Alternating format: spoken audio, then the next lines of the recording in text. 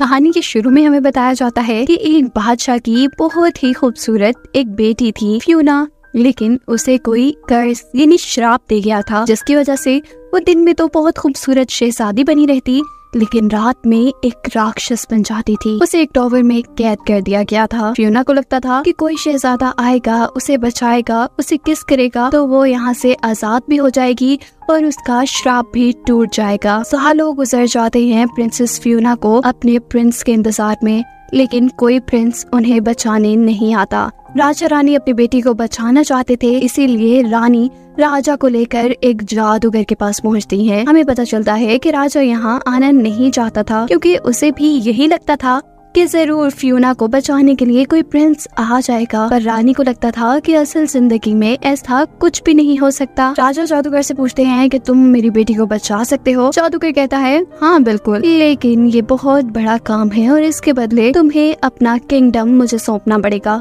ये सुनकर राजा बहुत ज्यादा गुस्से में आ गए थे। वो इनकार कर देते हैं जादूगर की ये बात मानने से। तब जादूगर उन्हें बातों में लगाकर कहता है तुम्हें अपना किंगडम अपनी बेटी से ज्यादा प्यारा है। वो बादशाह को इमोशनली ब्लैकमेल कर रहा था और बादशाह हो भी गए थे। बादशाह अब उसके कॉन्ट्रैक्ट पे साइन करने ही वाले थे कि इतने में यहाँ पर बादशाह का एक सिपाही आकर उन्हें बताता है कि उनकी बेटी फ्यूना को कोई आजाद करवा चुका है, लेकिन वो कोई इंसान नहीं बल्कि एक राक्षस है जिसका नाम है श्रेक, जो इस मूवी का मेन कैरेक्टर भी है। ये सारी बात सुनते ही बादशाह उस कॉन्ट्रैक्ट को फाड़ देता है और उस जादूगर का किंगडम पे कब्जा करने का ख्वाब टूट जाता है। दिखाया जाता है कि श्रेक और फ्यूना ने शादी भी कर ली थी और सालों गुजरने के बाद उनके यहाँ बहुत से बच्चे भी पैदा हो गए थे। हमें पता चलता है कि ये सारी कहानी जो सुनाई जा रही थी ये कोई और नहीं बल्कि वही जादूगर सुना रहा था। वो असल में एक लाइब्रेरी में बैठा था और गुस्से में इस बुक को फाड़ने लगा था। तभी यहाँ इस लाइब्रेरी का मालिक आता है जो एक लकड़ी से बना पुतला है। ये जादूगर उसे कहता है क्या तुम इंसान बनना चाहते हो? लेकिन इस लड़के को शायद उसकी बात पसंद नहीं आई, क्योंकि उसने तो इसे यहाँ से बाहर फेंक दिया है। अब हमें दिखाया जाता है श्रेक को। श्रेक अपने 3 बच्चों और बीवी के साथ बस जिंदगी गुजार रहा था, लेकिन खुशी से नहीं, क्योंकि उसे पूरा दिन अपने बच्चों के सारे काम करने पड़ते थे, जैसे उन्हें दूध पिलाना, उनका पैम्पर बदलना, और उसे सब कुछ बिल्कुल पसंद नहीं था। फ्यूना और श्रेक अपने घर पे रहते हैं, लेकिन क्योंकि आज उनके बच्चों का बर्थडे है, इसीलिए फ्यूना और श्रेक अपने बच्चों को लेकर अपने ड्रैगन के ऊपर बैठकर राजा और रानी के महल जाने का फैसला करते हैं, क्योंकि वहाँ पर बच्चों की पहली बर्थडे मनाई जानी थी। यहाँ पहुँचने पे देखते हैं कि पार्टी की तैयारियां जोरों शोरों पे हैं। सभी यहाँ बहुत खुश हैं सिवाय श्रेक के, जिसके पास उसके 3 बच्चे हैं। वो संभालते इन बच्चों को आगे बढ़ ही रहा होता है कि यहाँ एक आदमी उसे रोक कर कहता है कि प्लीज गुस्से में चिल्लाओ ना, मेरा बेटा तुम्हें चिल्लाता हुआ देखना चाहता है। श्रेक ने कहता है कि मैं तभी चिल्लाता हूँ जब मैं गुस्से में होता हूँ। वो आगे बढ़ जाता है और अब अपने बच्चों के आगे केक रखता है, जो केक उसके बच्चों के बजाय 3 छोटे छोटे पिग्स ने खा लिया था। कोई श्रेक को इधर से तंग कर रहा था तो कोई उधर से। उसके बच्चे भी अब रोने लग गए थे। उसे इतना ज्यादा गुस्सा आता है कि वो जोर से चिल्लाता है और देखता है कि इस मर्तबा उसके चिल्लाने से कोई भी डरा नहीं था, बल्कि सब तो खुश होकर तालियां बजा रहे थे। इसी दौरान वहाँ पर श्रेक के बच्चों के लिए एक और केक भी आ जाता है, जिसे तोड़कर श्रेक वहाँ से जाने ही वाला था कि यहाँ पर फ्यूना आ जाती है। फ्यूना उसे कहती है कि तुमने जो सब भी किया है वो बिल्कुल ठीक नहीं। श्रेक गुस्से में उसे कहता है कि मैं थक चुका हूँ इस जिंदगी से। मुझे पहले की जिंदगी बहुत याद आती है जब सब मुझसे डरा करते थे। मैं जो चाहता था वो करता था, अपनी मर्जी से अपनी जिंदगी जीता था। फ्यूना यहाँ उसे समझाती है श्रेक तुम गलत समझ रहे हो, तुम्हारी आज की जिंदगी ज्यादा बेहतर है। आज तुम्हारे पास सब है, तुम्हारे अच्छे दोस्त, तुम्हारी बीवी जो तुमसे बहुत प्यार करती है, तुम्हारे बच्चे, एक कंप्लीट फैमिली। पहले तुम अकेले थे। लेकिन श्रेक उसकी बात नहीं मानता और वहाँ से चला जाता है। हम देखते हैं कि ये सारी बातें वो जादूगर भी छुपकर सुन रहा था। अगले सीन में दिखाया जाता है कि श्रेक कहीं जा रहा था तो रास्ते में उसे एक टूटी हुई बग्गी मिलती है। शायद उसका एक्सीडेंट हुआ था, इसके नीचे भी कोई आ गया था। ये और कोई नहीं बल्कि वही जादूगर था जिसकी श्रेक मदद करता है। ये जादूगर श्रेक से कहता है आपने मेरी मदद की है तो इसके बदले में आपको लिफ्ट तो दे ही सकता हूँ। इसीलिए श्रेक उसकी बग्गी में बैठ जाता है। ये दोनों यहाँ पे बहुत ज्यादा बातें करते हैं और श्रेक उसे अपनी पुरानी जिंदगी के बारे में भी बताता है, जहाँ सब लोग उसे डरा करते थे। ये जादूगर कहता है कि अगर तुम अपनी पुरानी जिंदगी जीना चाहते हो तो तुम जी सकते हो। इस काम में मैं तुम्हारी मदद करूंगा। बस मैं तुमसे एक ही चीज मांगूंगा, तुम्हारे बचपन का एक दिन, और उसके बदले तुम्हें यहाँ पर साइन करने होंगे इस कॉन्ट्रैक्ट पर। ये सब करते ही वहाँ सब कुछ बदल जाता है। श्रेक एक नई दुनिया में पहुँच जाता है, जहाँ वो दिख रहा था कि अब सब उससे पहले की तरह डर रहे थे। उसे भी बहुत मजा आ रहा था, इसीलिए वो लोगों को और भी ज्यादा तंग करता है और फिर दलदल में जाकर वो अपना दिन एंजॉय करता है। आगे जब श्रेक जंगल में जाता है तो वो वहाँ अपने वांटेड के पोस्टर्स देखता है। ये देखकर उसे बुरा नहीं लगा था, लेकिन वहाँ पर तो फ्योना के भी, यानी उसकी वाइफ के भी वांटेड के पोस्टर्स लगे हुए थे, जो देखकर वो बहुत ज्यादा शॉक हो चुका था। ये सब कुछ देखते ही वो वापस अपने घर की तरफ भागता है, लेकिन उसका घर तो पूरी तरह बर्बाद हो चुका था। वहाँ कोई फ्योना नहीं थी और इसी दौरान श्रेक को भी कोई पकड़कर यहाँ से ले जा चुका था। दिखाया जाता है कि उसे एक गधा गाड़ी के जरिए जेल पहुँचाया जा रहा है। इस गधा गाड़ी में वही श्रेक का बोलने वाला गधा है। श्रेक जब उससे बात करने की कोशिश करता है तो यहाँ गधा तो उसे पहचान भी नहीं रहा था। गधा उसे कहता है कि मैं तो तुमसे पहली बार मिल रहा हूँ। श्रेक की सारी बातें नहीं समझ पा रहा था। वो डंकी से पूछता है कि आखिर तुम मुझे लेकर कहाँ जा रहे हो। श्रेक बताता है कि तुम्हें एक किंगडम में लेकर जाया जा रहा है, जहाँ का मालिक एक जादूगर है। यानी ये उसी जादूगर की बात हो रही है जिसके साथ श्रेक ने कॉन्ट्रैक्ट किया था। यहाँ आकर श्रेक देखता है कि सारे श्रेक जैसे राक्षसों से गधों की तरह काम करवाया जाता है और उसे सबसे पहले लेकर जाया जाता है उसी जादूगर के पास। श्रेक को यहाँ पर देखकर जादूगर बहुत ज्यादा खुश होता है और अपने साथ के जादूगरों से कहता है, देखो ये श्रेक है, जिसकी वजह से आज ये सब कुछ पॉसिबल हो पाया है, जिसकी वजह से आज मैं इस किंगडम का राजा हूँ। अब उसकी ये चालाकियाँ थोड़ी थोड़ी श्रेक को समझ आ रही थी। श्रेक उसे कहता है, आखिर तुम ये सब क्यों कर रहे हो। तब जादूगर कहता है, इस सब की तो इजाजत तुम ही ने मुझे दी थी, याद करो उस कॉन्ट्रैक्ट पे साइन नहीं किया तुमने।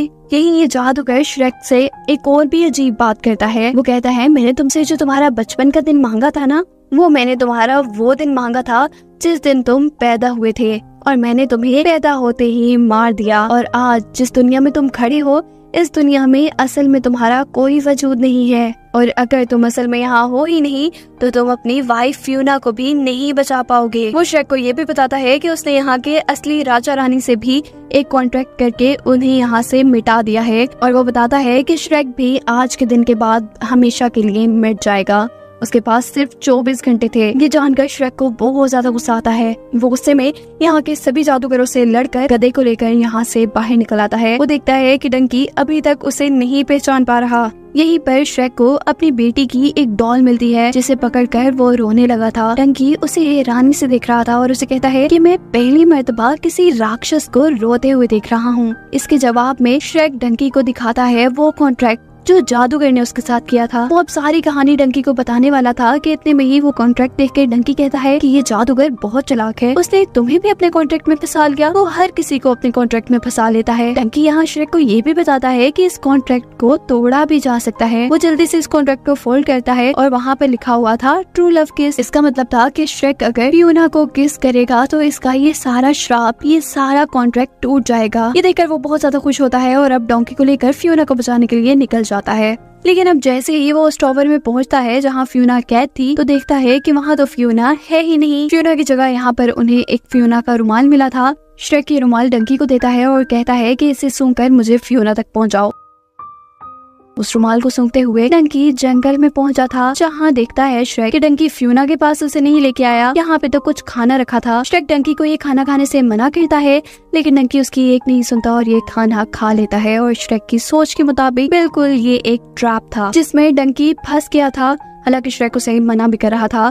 अब उसे बचाने के चक्कर में श्रेक भी उसी ट्रैप के अंदर जाता है और वो दोनों पहुंच जाते हैं श्रेक जैसे ही राक्षसों की एक पूरी कॉलोनी के अंदर। श्रेक को देखकर ये सब उन्हें पकड़ लेते और तभी यहाँ पर इन सब की लीडर आती है। ये और कोई नहीं बल्कि फ्योना ही थी, जिसे देखकर श्रेक बहुत ज्यादा खुश होता है। श्रेक जैसे ही अब फ्योना के पास जाता है तो फ्योना उसे बिल्कुल भी पहचान नहीं रही थी, बल्कि वो तो उसे पाँव मारकर दूर कर देती है। श्रेक उसे बताता है कि वो उसकी बीवी है। यही नहीं, श्रेक बल्कि उसे सारी कहानी सुनाता है, लेकिन फ्योना को उसकी किसी बात पे यकीन नहीं था। इसके बाद दिखाया जाता है कि फ्योना उसी किंगडम पर हमला करने वाली है जिस किंगडम का मालिक फिलहाल वो जादूगर बना हुआ है। उसी जादूगरों ने इनके जैसे बहुत से राक्षसों को भी पकड़ा हुआ है। फ्योना ने उन्हें भी आजाद करवाना है। दिखाया जाता है कि यहाँ ये जादूगर भी बहुत ज्यादा गुस्से में है क्योंकि श्रेक वहाँ से भाग चुका था। वो अपने बाकी जादूगरों से कहता है जल्दी कोई आइडिया सोचो उसे ढूंढ निकालने का, लेकिन किसी को भी कोई रास्ता समझ नहीं आ रहा। यहाँ श्रेक जाता है फ्योना के कमरे में, जहाँ उसे अपनी पुरानी दोस्त बिल्ली मिलती है जो बहुत ज्यादा मोटी हो चुकी है। श्रेक उसे बात करता है लेकिन वो भी श्रेक को बिल्कुल पहचान नहीं रही। इतने में ही यहाँ पे फ्योना आ जाती है और श्रेक जल्दी से फ्योना को पकड़कर किस करने ही वाला होता है कि फ्योना यहाँ पर भी उसे अपने कमरे से बाहर निकाल देती है। दिखाया जाता है कि उस जादूगर ने श्रेक को मारने के लिए एक ऐसे जादूगर को हायर किया था जो अपनी बांसुरी बजाकर लोगों पे जादू किया करता था। वो अपनी बांसुरी से लोगों को कंट्रोल में कर लेता था और फिर उन्हें मार देता था। रात में दिखाया जा रहा था कि यहाँ पर श्रेक और फ्योना लड़ाई की प्रैक्टिस कर रहे हैं। ये करते करते वो दोनों काफी करीब आ चुके हैं और फ्योना भी अब उसे काफी पसंद करने लगी है, लेकिन वो ये बात श्रेक को नहीं बताती और वहाँ से चली जाती है। जब ये बात फ्योना की बिल्ली को पता चलती है कि फ्योना श्रेक को पसंद करने लगी है, तो ये सारी बात जाकर वो बिल्ली श्रेक को बता देती है। जबकि दूसरी तरफ फ्योना तो अपने बाकी लोगों के साथ महल पे हमला करने के लिए निकल चुकी थी। श्रेक भी जल्दी से उसके पीछे आ जाता। यहाँ वो सब कुछ फ्योना को बताने ही वाला होता है तो देखता है कि उसका दुश्मन जादूगर उनके ऊपर हमला कर चुका है। ये सारे श्रेक जैसे राक्षस जब उससे लड़ने के लिए आगे बढ़ते हैं तो पता चलता है ये तो जादूगर की चाल थी। जादूगर ने अपने उल्गे में यहाँ पर उस बांसुरी वाले जादूगर को भेजा था जो अपनी बांसुरी बजाकर सबको कंट्रोल करके मार देता था। दिखाया जाता है कि यहाँ पर श्रेक और फ्योना इस लड़ाई से काफी दूर थे। मौके का फायदा उठाकर श्रेक ने फ्योना को सारी कहानी भी सुना दी थी और इस वक्त फ्योना को भी उस पर यकीन आ ही रहा था। इससे पहले कि वो दोनों किस कर पाते, वो बांसुरी वाला आदमी बांसुरी बजाकर इन दोनों को अपने कंट्रोल में कर लेता है और ये दोनों डांस करते करते उसके पास आने लगते हैं। इससे पहले कि ये जादूगर इन दोनों को लेकर महल चला जाए, पुज और डंकी यहाँ इन दोनों को बचाकर कहीं और ले जाते हैं। यहाँ से काफी दूर आने पर फ्योना इन सब पे बहुत गुस्सा थी। उसे तो अपने लोगों को बचाना था, वो यहाँ क्यों आ गई थी। तब श्रेक उसे रोककर कहता है ये सब कुछ बिल्कुल ठीक हो जाएगा, घबराओ नहीं फ्योना, मेरा यकीन करो, तो मुझे किस करोगी तो ये सब बिल्कुल ठीक हो जाएगा। उसकी बात मानकर फ्योना जब उसे किस करती है तो यहाँ कुछ भी ठीक नहीं हुआ था। वो कहती है कि ये सब कहानियां हैं, मैं हजारों साल तक उस टावर के अंदर कैद रही, कोई मुझे बचाने नहीं आया और आखिर खुद ही मैंने अपने आप को बचाया। फ्योना के यहाँ से जाने के बाद श्रेक यही सोच रहा था कि आखिर जादू टूटा क्यों नहीं। तब उसे याद आता है कि फ्योना ने तो उसे गुस्से में किस किया है, उसके प्यार से किस करने पे ये सब ठीक होगा। और अब तो टाइम भी काफी कम रह गया है, अगर जल्द ही फ्योना ने उसे किस ना किया तो सुबह तक वो हमेशा के लिए इस दुनिया से गायब हो जाएगा। दिखाया जाता है कि महल में उस जादूगर ने ये ऐलान कर दिया था कि जो भी श्रेक को पकड़ के लेके आएगा उसे एक बहुत बड़ा इनाम दिया जाएगा। इस इनाम के लालच में बहुत से लोग नकली श्रेक को पकड़ के बादशाह के महल ले आते हैं। ये बात जैसे ही श्रेक को पता चलती है कि उसके पकड़े जाने पे एक बहुत बड़ा इनाम है और वो इनाम एक डील ऑफ लाइफ है, यानी जो भी श्रेक को पकड़ के लेके आएगा वो जादूगर से अपनी लाइफ में कुछ भी मांग सकता है। ये सोचते हुए श्रेक अब खुद महल में जाता है और उस जादूगर से कहता है क्योंकि मैं अपने आप को खुद यहाँ पे लेके आया हूँ इसीलिए डील ऑफ लाइफ का हकदार मैं हूँ। जादूगर कहता है अच्छा चलो ठीक है, तो बताओ तुम मेरे से क्या डील करना चाहोगे। श्रेक कहता है कि ठीक है, मैं तुमसे डील करता हूँ कि तुम सारे राक्षसों को छोड़ दो और क्योंकि फ्योना भी एक राक्षस है तो वो भी बच जाएगी। श्रेक और जादूगर ने डील तो कर ली थी, लेकिन इसके बाद